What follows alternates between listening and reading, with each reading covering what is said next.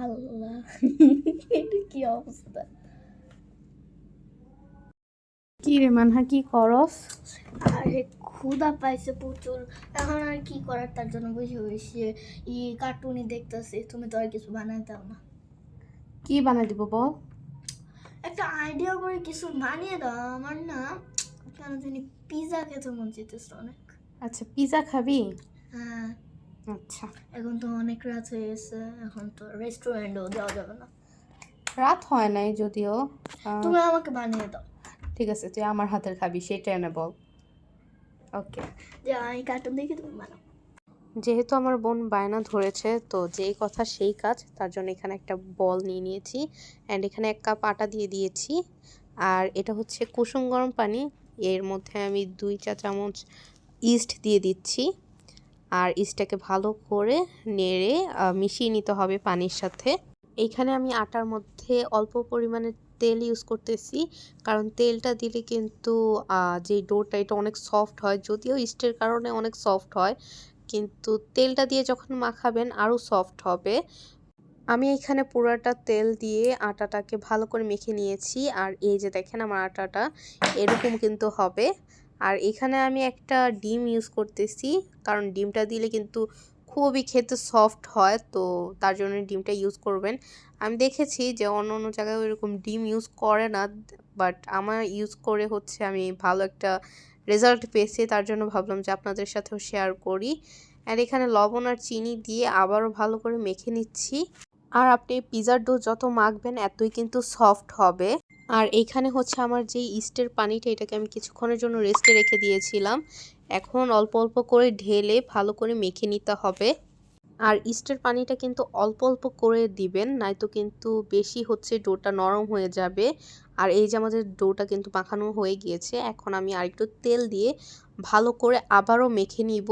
আমি একবার বলেছি যত মাখবেন এতই কিন্তু সফট হবে। আর এই যে আমাদের ডোটা কিন্তু তেলের সাথে মাখানো হয়ে গিয়েছে, এই যে দেখেন আমাদের ডোটা কেমন হয়েছে, এরকমই কিন্তু রাখতে হবে।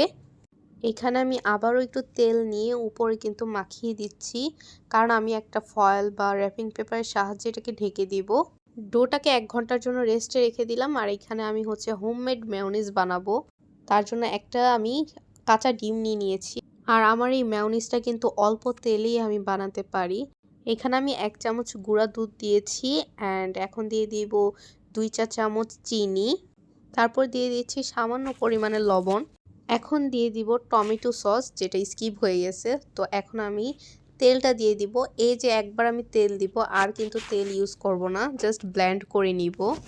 আর আমি এখানে কিছু পরিমাণে হাড় ছাড়া মাংস এবং কয়েকটা হচ্ছে মাশরুম নিয়েছি। আপনারা যে কোনো আইটেমই এখানে ইউজ করতে পারেন, আমি এই 2টাই আজকে ইউজ করব। এখানে আমি দিয়ে নিচ্ছি স্বাদ মতো গোলমরিচের গুঁড়া, তারপর দিয়ে দিব সয়া সস, তারপর দিয়ে নিচ্ছি স্বাদ মতো লবণ।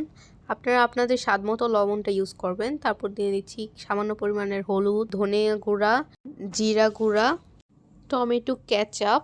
এখন আমি দিয়ে নিচ্ছি আদা, রসুন, পেঁয়াজ সব কিছু একসাথে বাটা ছিল। তারপর সব কিছুকে একসাথে মিক্স করে নিব একটা চামচের সাহায্যে। এই যে আমাদের চিকেন আর মাশরুম কিন্তু ম্যারিনেট করা হয়ে গিয়েছে, এখন আমরা এটাকে রেস্টে রেখে দিব। প্রায় 1 ঘন্টা পর এখন আমি একটা কড়াইয়ে তেল ইউজ করে নিচ্ছি। আর এই যে আমি চিকেনগুলোকে দিয়ে কিন্তু ভালো করে ভেজে নিচ্ছি অ্যান্ড এখন একটা ঢাকনার সাহায্যে ঢেকে দিব।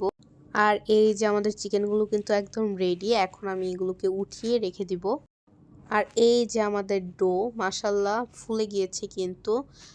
এখন হচ্ছে আমি খুলে নিচ্ছি আমাদের র্যাপিং পেপারটা।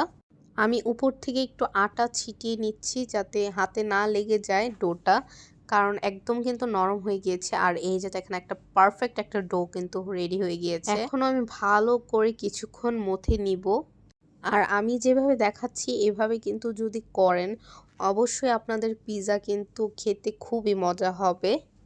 আর এই যে আমাদের ডোটাকে আবারও ভালো করে মেখে নিচ্ছি বা মথে নিচ্ছি। এখন কিন্তু আমাদের ডোটা একদম রেডি, সো আমি গোল করে একটু রেখে দেই। আর এই যে একটা ট্রের মধ্যে আমি একটু তেল আর আটা ছিটিয়ে দিচ্ছি।